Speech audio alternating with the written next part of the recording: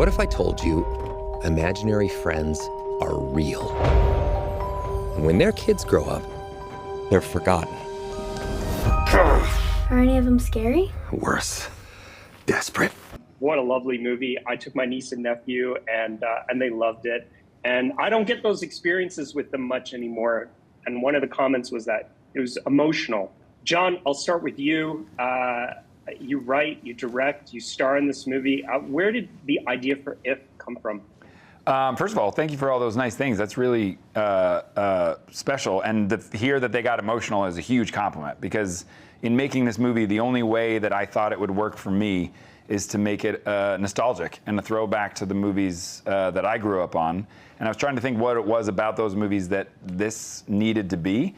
And I think it's that those movies used to give me credit for being more than a kid, that I could handle these big thematic situations, these big emotions. And so whether it was E.T. or Dead Poets or Goonies, I felt like I was crying because I loved something. So anyway, thank you for saying that your kids were emotional. That's huge. And I wrote it for my kids for exactly that reason. I was watching my kids disappear into magical worlds all these years, and I thought maybe I should do a movie about the said magical world.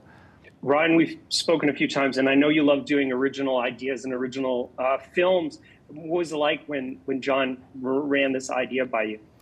Well, you know, movies are always like the living, breathing thing that kind of evolve and grow and turn it. And certainly this one did that as well. But it's rare that you get one that just jumps off the page like that. I mean, I was in before there was a script. I mean, John pitched it to me, and I was in my kitchen, and it just turned into a mess. I mean, but you know, like John, our kids are actually very similar in age. At least 2 of my 4 kids are, and my kids love John's kids as well. And you know, they all have a kind of a similar disposition, and really to make something for them. And it's funny you say like E.T. and all those. My oldest daughter has now really just fallen in love with those kinds of 80s movies. And I think it's because John is touching on something in If that those movies touched on, which is complex emotions, kind of surrounded by this like moat of comedy and adventure and all of those things that sort of like, you know, achieve that wish fulfillment that kids love so much, but still not shying away from allowing kids to feel something that's really moving. And I think that's why my daughter's really loving some of those older films, and I know it's why she's going to love this, which she's seeing tonight. And they've watched the trailer. Literally this morning, I could not get them to stop watching the trailer. Oh my God! So they're very excited. It'll be great. I think the movie has such an important message about living a life without fear. So to you both, like, you know, you live life in the public eye. How have you navigated that and lived your lives without fear? Interesting. I mean, for me, the whole fear question, I think that we all have bad days. We all live with some version of anxiety as adults.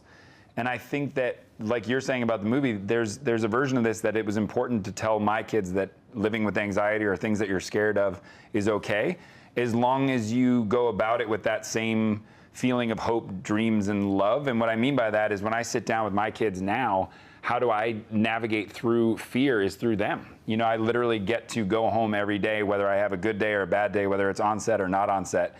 Everything changes when I'm coloring with them, doing a dance party with them, or usually having my makeup done by them. That's when I feel like I'm really myself. You did a really nice job today. You look great. Thank you. I don't know. I always think that fear is like, people who are fearless, like I assume they've had some kind of like a partial lobotomy. I mean, fear is, if you were fearless, I'd be scared. I'd be worried for you. I mean, you know, you have to face fear every single minute of every day. You have to stare it down and go through it, you know. And I think that this film definitely touches on some of that, and it's something that with my kids I really try to acknowledge with them, because there's no way to make fear disappear. Fear is going to be there every single day of their lives, and it's how you deal with it is what, you know, separates, you know, someone who makes it work and someone who doesn't.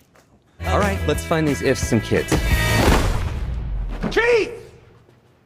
What kind of a kid creates an invisible if?